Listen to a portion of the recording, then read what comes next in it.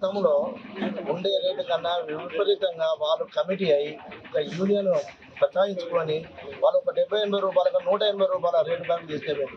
పక్క రాష్ట్రాలలో 120 రూపాయల రేటు ఉంటే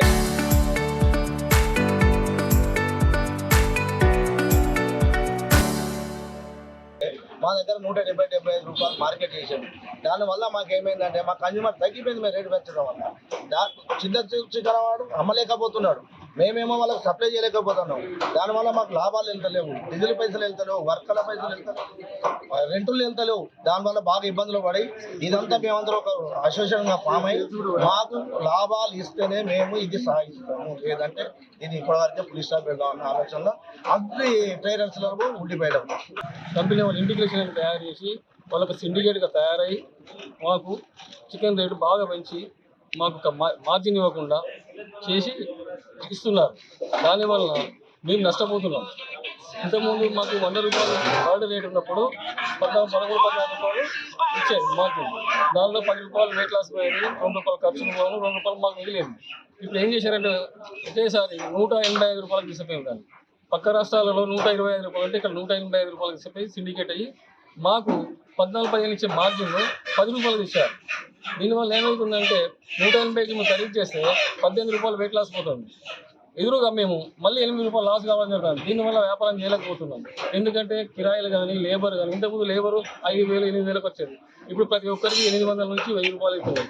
దీనివల్ల డైలీ దీనివల్ల అసలు ఖర్చులు వెళ్తలేవు, లాస్ వెళ్తున్నాం.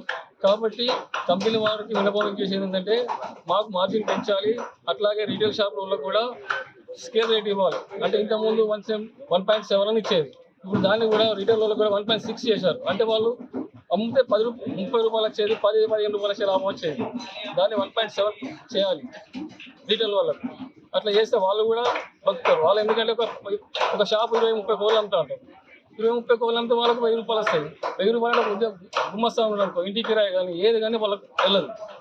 అందుకొరకే మేము ఈ బంద్ చేపట్టినాం. తెలంగాణ మొత్తం, రాష్ట్రం మొత్తం బంద్ చేపట్టినాం. ఇప్పుడు ఛత్తీస్గఢ్ నుంచి వచ్చే కోళ్ళకు మేము బంద్ ఎప్పుడైతే చేపట్టినామో ఇమ్మీడియట్లీ వాళ్ళు 50 నుంచి 60 రూపాయలు తగ్గించారు. అంటే 2 రోజుల ఈ ప్రొడక్షన్ ఎక్కడి నుంచి వచ్చింది? బర్డ్ కావాలంటే 40 రోజులు కావాలి. అంటే ఇదంతా వాళ్ళ ఒక సిండికేట్ అయ్యి మాఫియా లేక చేస్తున్నారు. కాబట్టి ఇదంతా అట్లా కాకుండా ప్రజలకు కానీ, కస్టమర్లకు కానీ, రీటైల్ వాళ్ళకి కానీ, హోల్సేల్ కానీ అందరికీ అనువుగా ఉండాలి. వాళ్ళు కూడా లాభం పొందండి, తీసుకోండి. వాళ్ళు కూడా లాభం తీసుకోవాలి. పెంచుతారు 30 రూపాయలు 40 రూపాయలు కిలో మీద తీసుకొని ఒకసారి 80 రూపాయలు 90 రూపాయలు పడితే 180 రూపాయలు అంటే 100% లాభం వాళ్ళు తీసుకున్నాక మాకేమొస్తుంది?